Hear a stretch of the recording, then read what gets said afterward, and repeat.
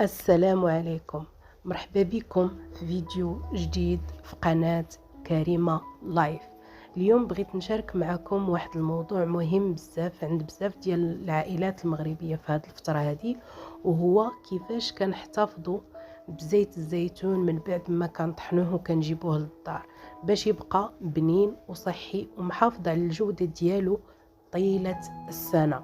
زيت الزيتون راه ماشي غير زيت، هي تراث وصحة ونعمة خصنا نقدروها ونعرفوا كيفاش نحافظوا عليها. في هاد لا فيديو هادي غادي نشارك معكم 3 ديال الانواع ديال الزيت او 3 د المناطق ديال الزيت ديال 3 د المناطق في المغرب. لنتابع الفيديو.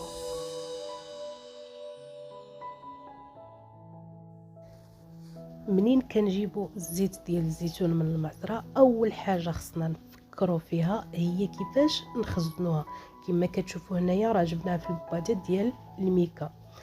ما كنخليوش الزيت في القراعي او البواده ديال الميكا واحد المده طويله، حيت البلاستيك مع الوقت والحراره كيقدر ياثر، ماشي كيقدر، راه كياثر على الجوده ديال الزيت. والافضل كما كتشوفوا هنايا في لا فيديو، الافضل ديما نشريو القراعي ديال الزاج.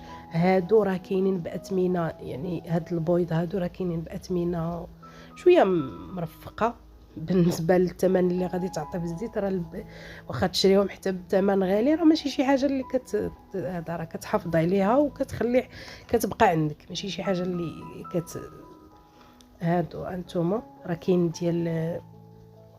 كاين ديال 15 لتر وكاين 30، المهم على حسب كل واحد. وهذا كنعمروا الزيت في هاد القراعي ديال الزاج.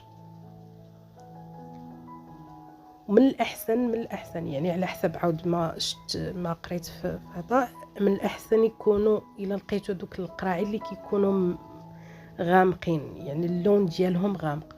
ولكن عن تجربه هادو اللي كتشوفوا في لا فيديو راه كتبقى الزيت في نفس اللون ديالها، في نفس المذاق ديالها، يعني ما كتبدلش واخا من بعد عام. شتي غادي نقارنوا هذه مثلا، غادي نخويو هذه في الطبسيله ونخويو وحدات ديال العام الفايت في طبسيله اخرى ونعطيوه لك الدوخه، ما غاديش تقدر تفرق بيناتهم. يعني كتبقى الجوده ديال الزيت كما هي. كنعمروا القراعي ديال، المهم هادو راه ما جلسوش بزاف، يعني راه غير نهار او يومين وقيله اللي ملي جبنا الزيت من المعصره راه جلسوا في هاد البوادات ديال الميكا. البوادات البلاستيك راه جلسوا فيها تقريبا نهار او يومين، يعني ما طولوش فيها بزاف. وما خصش يجلسوا في الضوء، يعني ما خصش الزيت تجلس في الضوء، ضروري خصنا نديروها في شي مكان اللي يكون مظلام، يعني تبقى في الظلام. انايا كنعمر القراعي. كنعتذر على الصوت حيت شويه مروحه. هانتوما القراعي راه عمرنا القراعي ديال هادو راه كانوا جوج. ومن الافضل ما عرفتش، المهم من الافضل هادو حسن من هادوك اللي كيكون فيهم، راه كاين واحد الماركه فيهم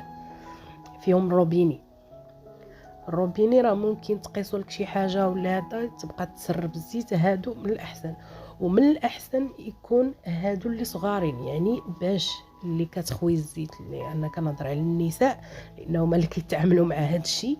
ما غاديش تبقاي تقلبي على شكون اللي يعمر لك القراعي ولا يخوي لك. هادو صغارين يعني قادره انك تحكمي انت فيهم. هادو راه تهزيها غير بوحدك، وهذا ماشي مشكل. وكما قلت غادي نشارك معكم 3 د المناطق في المغرب او 3 د الانواع ديال الزيت في المغرب. في الاول ديال الفيديو راه كتبت لكم سميتو كل منطقه، كل قرعه كتبت فيها المنطقه اللي جايه منها. المنطقه ديال تازه، والمنطقه ديال جاري هنايا في مكناس، والمنطقه ديال بنيت جيت اقليم في اقليم فيقي. وطبعا راه المذاقات كتختلف من منطقه لمنطقه، وهذا كيثبت الغنى ديال الثروه الفلاحيه ديال المغرب. انا غادي نكملوا، طبعا غادي نكملوا القراعي التعمار.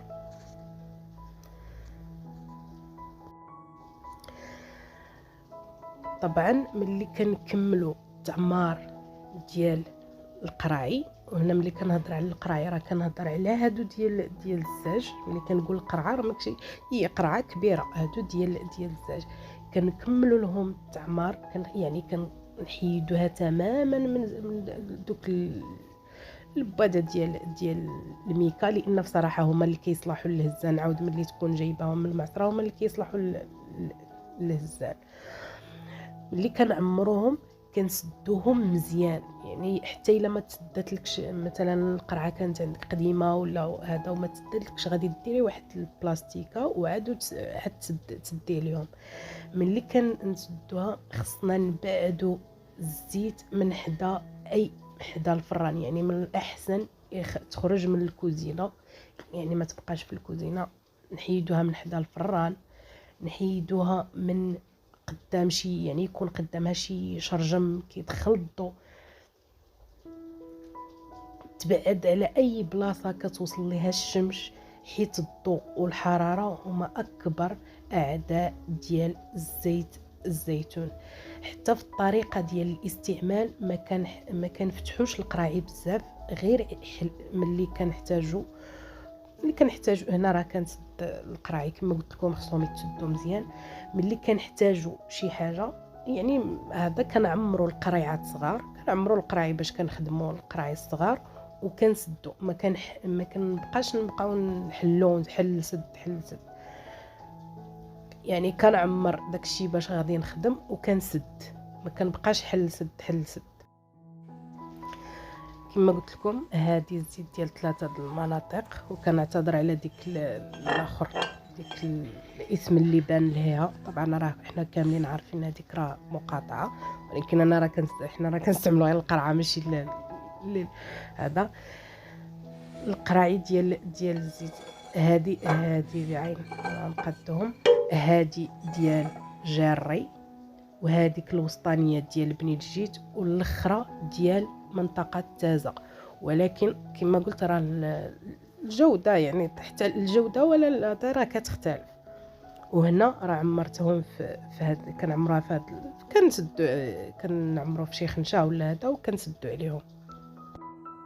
طبعا حنا راه يعني كنشريو بكميات كبيره، فمن الاحسن يعني يكون عندنا واحد يعني تقسمي في القريعات ديال قراعي ديال الزاج صغارين. وحتى هما حتى اللي كنستعملهم راه خص يكون، حتى اللي كنستعملوها خصها تكون في القرعه ديال الزاج، ما تكونش في هذا، باش تبقى الزيت كما قلت محافظه على الجوده ديالها. حتى لهنا كينتهي الفيديو ديالنا. ما تنساوش الاشتراك في القناة وتفعيل زر الجرس باش يوصلكم كل جديد. كنتمنى الفيديو يكون نال الاعجاب ديالكم. الى فيديوهات قادمة بحول الله، مع السلامة.